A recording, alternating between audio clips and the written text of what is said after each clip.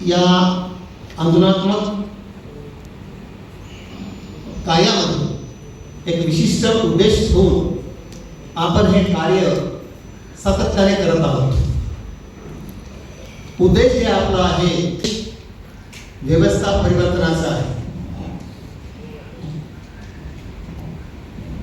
व्यवस्था परिवर्तन ही जी बाब आहे ही बाब फक्त एका विशिष्ट गोष्टीसाठीच नाही, ती अनेक गोष्टींना ती अंतर्भूत आहे. त्याच्यामध्ये अनेक घटक आहेत आहे, तुमचे बरेचसे गोष्टी येतात, पण त्या सर्वात जे महत्वाचा जो पैलू आहे तो म्हणजे सामाजिक, आर्थिक आणि राजकीय ही जे घटक आहे परिवर्तनामध्ये, व्यवस्था परिवर्तनामध्ये, ती अत्यंत महत्वाची आहे.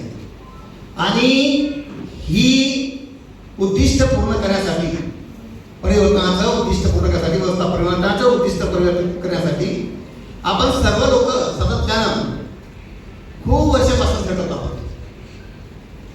परंतु त्या काळातली परिस्थिती, या काळातली परिस्थिती बदलत जाते. परंतु आपला जो शत्रू आहे, हा जो ब्राह्मणवाद आहे, हा ब्राह्मणवाद आपल्याला त्या काळापासून ते आजपर्यंत, म्हणजे आपली आंदोलने त्या काळातून चालत होती, त्या काळापासून ते आजपर्यंत ते आपल्या समोर अनेक प्रकारचे आव्हानं उभं करत आहेत. त्यांच्या दडपशाही विचारानं, त्यांच्या अधिकारशाहीनं, त्यांच्या आपल्या दबाव तंत्रानं ते आपल्यावर हावी होऊ पाहत आहेत. मित्रांनो, अशी गोष्ट नाही आहे बाबासाहेबांच्या काळामध्ये चळवळ चालली होती, त्याच्या पूर्वी चळवळ चाललेली आहे अशी बाब नाही आहे. त्या काळामध्ये आपल्या समाजाची स्थिती फार गंभीर होती. अत्यंत गरीब स्थितीमध्ये लोक होते. शिक्षित नव्हतं. शिक्षित सोबत घेऊन बाबासाहेबांनी चळवळ चालवली. किती कठीण परिस्थिती असेल त्या काळामध्ये. एकटे होते, शिकलेला समाज नव्हता, आणि त्याही काळात त्यांनी ते संघर्ष करून, ते आव्हानं पेलून सुद्धा त्यांनी आपल्याला जे काही आज आपण घेतो आहोत, जे काही आपल्याला मिळत आहे, जे काही आपण उपभोगतो आहोत, आज आपल्या पिढ्या ज्या आहेत, नवीन येणाऱ्या पिढ्या ज्या चांगल्या ठिकाणी जगत आहे, हे सर्व त्या लोकांनी केलेल्या त्या प्रयत्नांचा आहे, त्यांनी केलेल्या कामाचा आपण ते फळ घेतो आहे. त्यांनी जे काम केलेलं आहे ते काम त्याच्यानंतर आपण आपल्या हातात घेतलेला आहे. तो उद्देश आपण ठेवून, तो उद्देश बामसेटचा नाही, तो उद्देश त्या लोकांनी आपल्या समोर ठेवलेला आहे. त्या उद्देशालाच आपण आज लोकांपर्यंत घेऊन जात आहोत.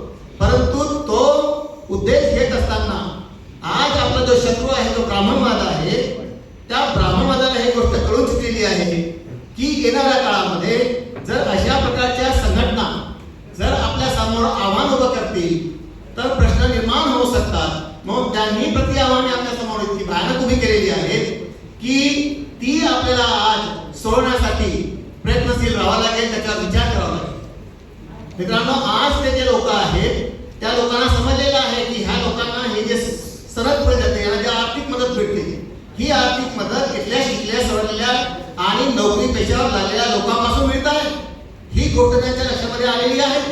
आणि त्यांनी नंतर आता जो आपण अभियान सुरू केलेलं आहे प्रायव्हेटायझेशनच्या विरोधामध्ये, तर त्यांनी त्या प्रायव्हेटायझेशन नुसतं केलं नाही, तर त्याच्यामध्ये आउटसोर्सिंग सुद्धा आणलेलं आहे. मी एका कलेला जेव्हा प्राध्यापक होतो, 50 लोकांचा फक्त परमानंट स्टाफ होता आणि 200 लोक हे कॉन्ट्रॅक्च्युअल बेसिसवर होते.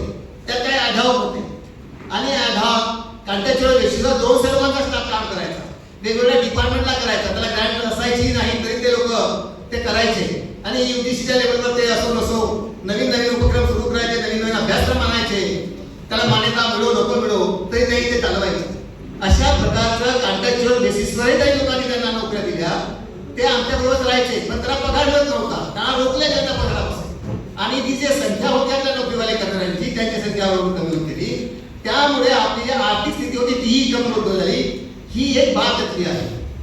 आउटसोर्सिंग आलं, बऱ्याच गोष्टी आल्या. नुसतं ते हेच नाही आहे प्रायव्हेटायझेशन.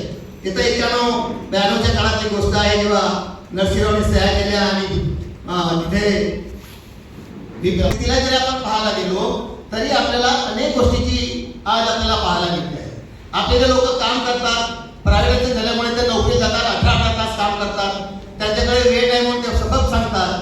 आपण जेव्हा पैसे मागायला जातो, आपण आर्थिक प्रकाराला जातो, तर ते सगळं ते लोक आपल्या स्वतःच्या कुटुंबाकडे जास्त लक्ष देतात. ती जी जिद्द होती, ते जिद्द आज आपल्या ह्या नवीन पिढीमध्ये का नाही राहिलेली आहे? काय कमी पडतो का आपण? आपल्याकडे काही चुका होत आहेत का की आम्ही त्यांच्यामध्ये जाण्यामध्ये किंवा आपल्या काही ज्ञानामध्ये आपण त्यांना कन्व्हिन्स करण्यामध्ये कमी पडतो की काय? काय गोष्टी आहेत त्याच्यातल्या? ह्या सगळ्या गोष्टी आपल्याला जाणून घ्यायच्या आहेत. राजकीयचा विचार केला आपण, सामाजिक आर्थिकच्या ह्या सगळ्या गोष्टी असताना त्याच्यावर आपल्याला गहन चिंतन करावं लागेल. आपण आज इथे जवळपास 200-300 लोक आपण इथे आपण जमलेलो आहोत. प्रत्येक लोकांनी जर समजा याच्यावर आपण थोडं कॉन्ट्रिब्युशन केलं आणि आपला अनुभव आहे तो जर शेअर केला, त्यांनी जर आपलं मत मांडले, आपला एक विचार लोकांसमोर शेअर केला, तर निश्चितच आपण अशा प्रकारचा निचोड काढू आणून त्याच्यावर आपण पुढची जी काय आपली रणनीती असेल ते आपण तयार करू शकतो.